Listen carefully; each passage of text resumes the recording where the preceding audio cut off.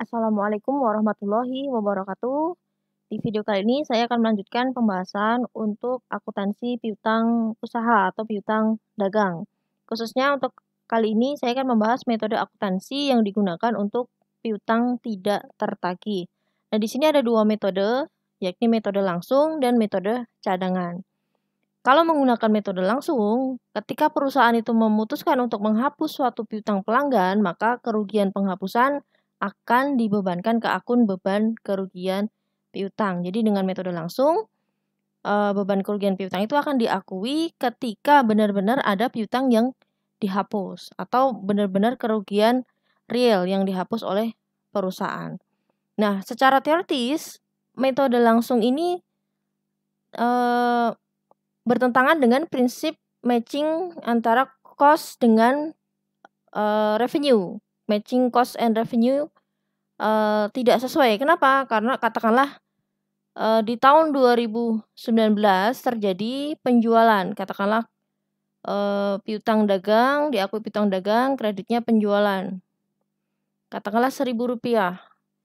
Kemudian di tahun 2020 ternyata ada piutang yang dihapus sebesar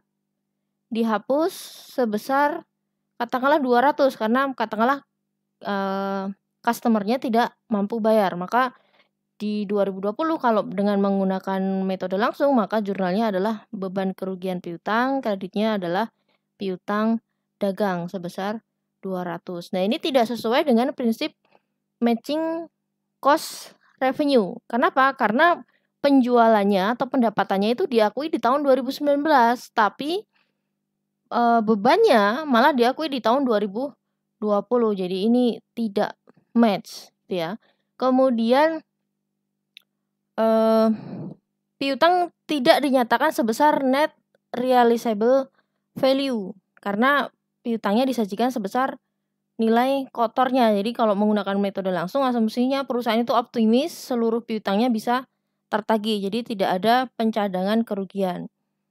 Kemudian yang berikutnya metode cadangan. Nah, kalau menggunakan metode cadangan, ada atau tidak ada piutang yang dihapus, perusahaan tetap melakukan estimasi kerugian piutang. Apakah nanti dari persentase penjualan atau dari persentase saldo piutang. Nah, sekarang kita lihat contohnya.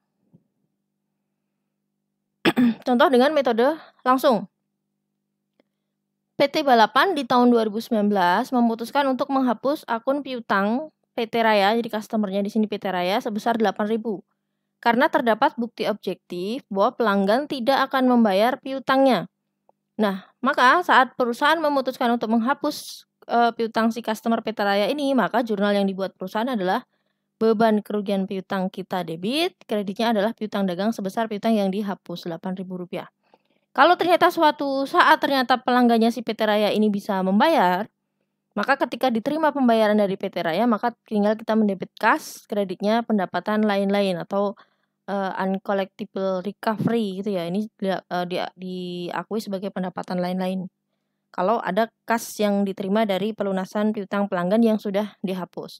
Itu kalau dengan metode langsung. Kemudian yang kedua, yakni metode cadangan. Nah, metode cadangan kita bisa menggunakan yang pertama, persentase dari penjualan. Jadi untuk menghitung kerugian piutang, kita menggunakan yang pertama bisa menggunakan persentase dari penjualan. Ini disebut pendekatan laba rugi yang pertama.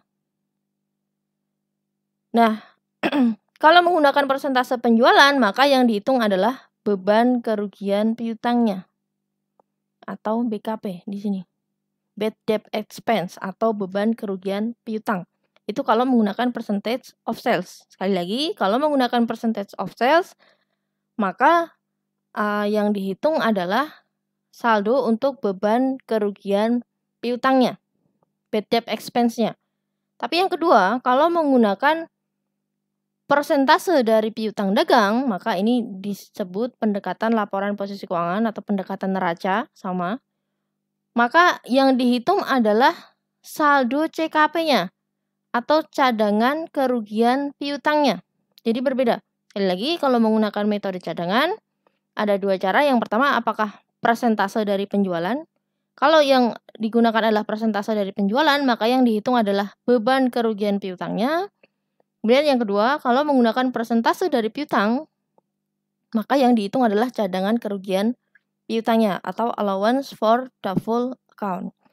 Nah, untuk percentage of receivable ini atau persentase dari piutang, perusahaan bisa mengaplikasikan dua metode. Yang pertama, satu tarif tunggal, apakah katakanlah 5% dari piutang atau 10% dari piutang, tergantung dari kebijakan perusahaan. Jadi yang pertama di sini one composite rate, bisa memakai tarif tunggal, atau menggunakan yang kedua di sini adalah umur piutang. Jadi piutangnya nanti diklasifikasikan ke dalam umurnya, apakah 0 sampai 30 hari. Kalau 0 sampai 30 hari tingkat kerugian piutangnya berapa, kalau 30 sampai 60 berapa persen, dan seterusnya. Oke, kita langsung ke contoh soal. Dengan menggunakan persentase penjualan terlebih dahulu.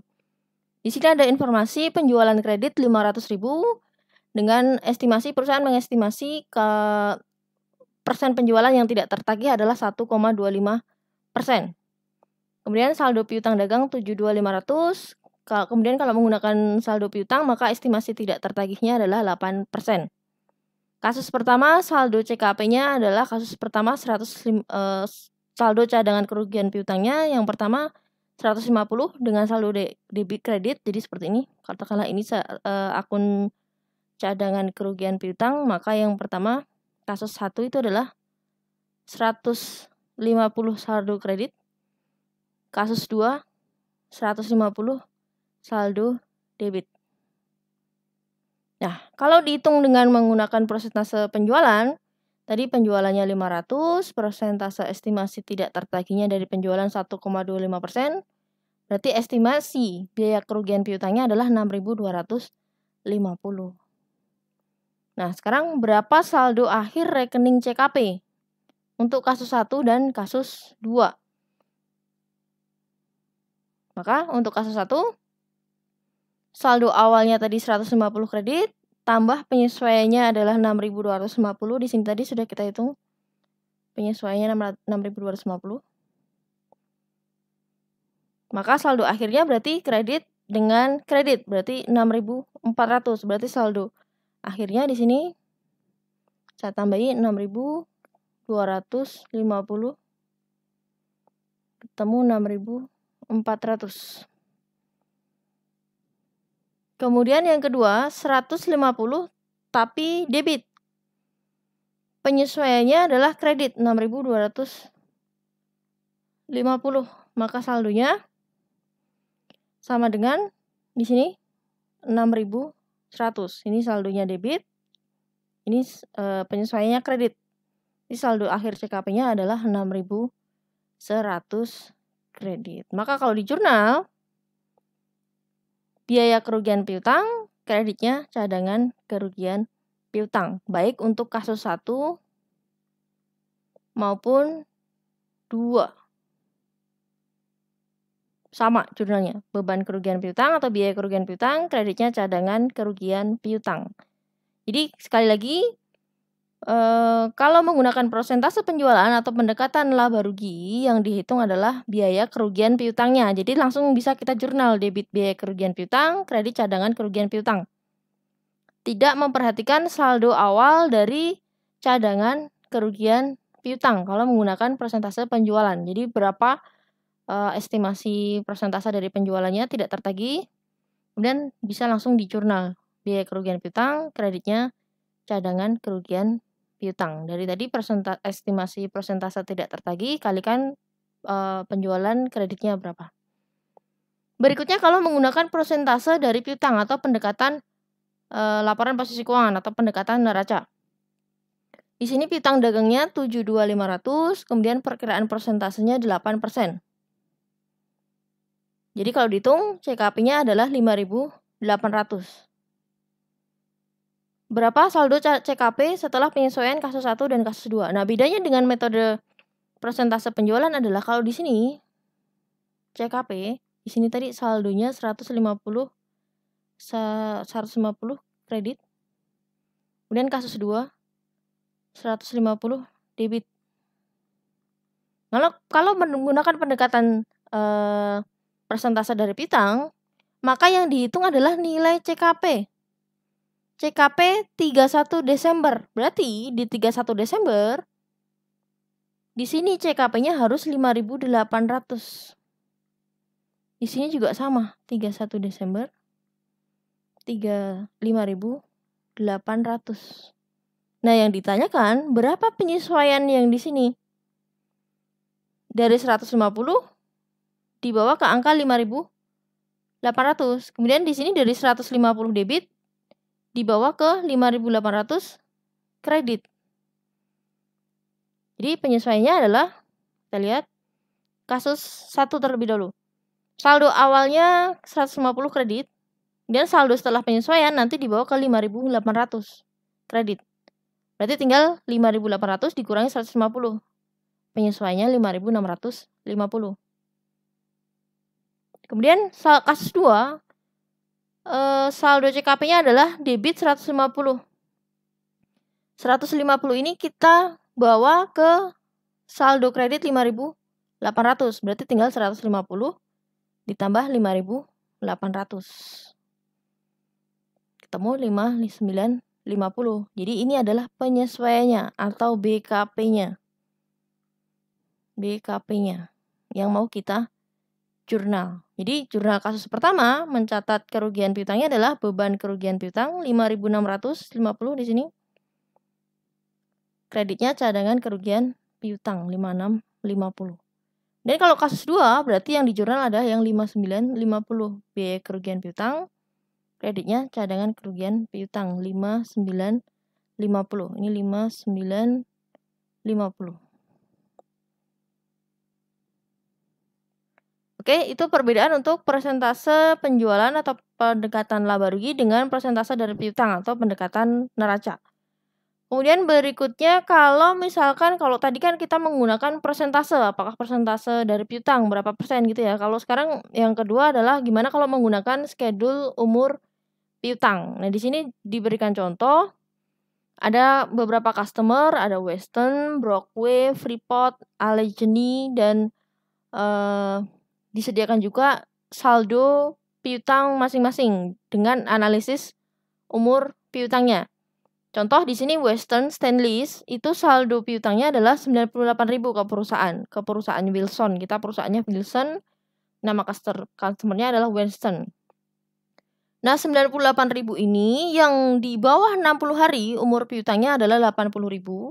Kemudian yang di atas 60 hari ada 18.000. Jadi totalnya sesuai saldonya 98.000. Kemudian contoh lagi Brockway. Brockway di sini saldo piutang ke perusahaan adalah 320.000. 320.000 ini adalah seluruhnya berdasarkan analisis umur piutang di bawah 60 hari semua.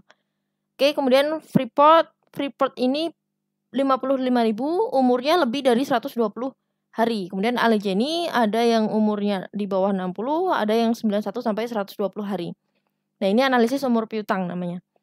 Kemudian tentunya semakin lama umur piutangnya, artinya kemungkinan tertagihnya itu semakin kecil. Artinya perusahaan harus mencadangkan persentase yang lebih yang tidak tertagih. Jadi di sini semakin lama umurnya, maka persentase tidak tertagihnya semakin besar. Contoh di sini, kalau umur piutang itu di bawah 60 hari, maka persentase tidak tertagihnya 4%. Tapi ketika naik menjadi 69 sampai 90 hari, persentase tidak tertagihnya naik menjadi 15% dan seterusnya. Yang lebih dari 120 hari di sini, persentase tidak tertagihnya adalah 25%. Nah, ini kita hitung satu-satu berdasarkan umur piutang. Yang 60 hari, di bawah 60 hari, totalnya adalah 460. Saya kalikan persentase estimasi tidak tertagihnya 4%, ketemu 18.400. Kemudian yang umurnya 60 sampai 90 hari, ada 18.000 di sini. Estimasi tidak tertagihnya 15%, ketemu dari 18.000 kalikan 15%, 2.700, dan seterusnya sampai dengan yang over 120 hari, ada 55.000 dengan persentase 25%. Ketemu 13.750. Totalnya estimasi perusahaan untuk kerugian piutangnya adalah 37.650.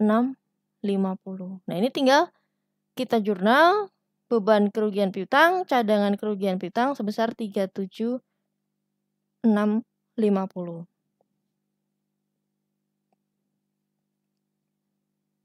Kemudian berikutnya, ini dengan asumsi bahwa CKP-nya adalah 0, belum ada gitu ya, no balance for allowance account. Jadi di sini yang kasus yang di sini CKP-nya belum ada saldonya. Jadi langsung ini tinggal bisa kita jurnal nih. Di 31 Desember nanti adalah 37.650. Nah, kalau yang ini asumsinya cadangan kerugian piutangnya ada saldo kredit 800. Jadi di sini ada CKP sudah ada saldo 800. Tinggal kita bawa ke 31 Desember itu 37.650. 37.650. Maka di sini penyesuaiannya di sini berapa? Tinggal 37.650 dikurangi 800, ketemu 36.850. Maka jurnalnya beban kerugian piutang, kredit cadangan kerugian piutang. Oke, itu untuk pendekatan neraca atau pendekatan laporan posisi keuangan. Berikutnya, bagaimana kalau piutang yang sudah kita cadangkan sebagai cadangan kerugian piutang ternyata dilunasi oleh pelanggan. Contohnya seperti ini. Asumsikan bahwa perusahaan menyetujui untuk menghapus saldo piutang 1.000. Saldo punyanya si Randall ini yang customer kita, karena dia nggak mampu bayar. Maka jurnal untuk mencatat penghapusannya adalah debit cadangan kerugian piutang, kredit piutang dagang. Ini jurnalnya kalau menghapus menggunakan metode cadangan. Nah, gimana kalau ternyata si Randall ini dia berhasil mampu bayar gitu ya, mampu bayar. Dia pays atau membayar 1.000 yang terutang ke perusahaan Brown ini ya. Jadi yang pertama yang harus dilakukan adalah kita balikin dulu ini jurnalnya. Tadi sudah dihapus CKP ke piutang dagang. Nah, sekarang dikembalikan nih. Kita kembalikan dulu jurnal yang tadi untuk menghapus, tadi CKP debit kredit piutang dagang, sekarang dibalik lagi piutang dagang ke CKP 1.000, baru kita terima pelunasannya, jurnal yang kedua, kas piutang dagang. Oke, itu kalau ada recovery atau pelunasan piutang yang sudah dihapus.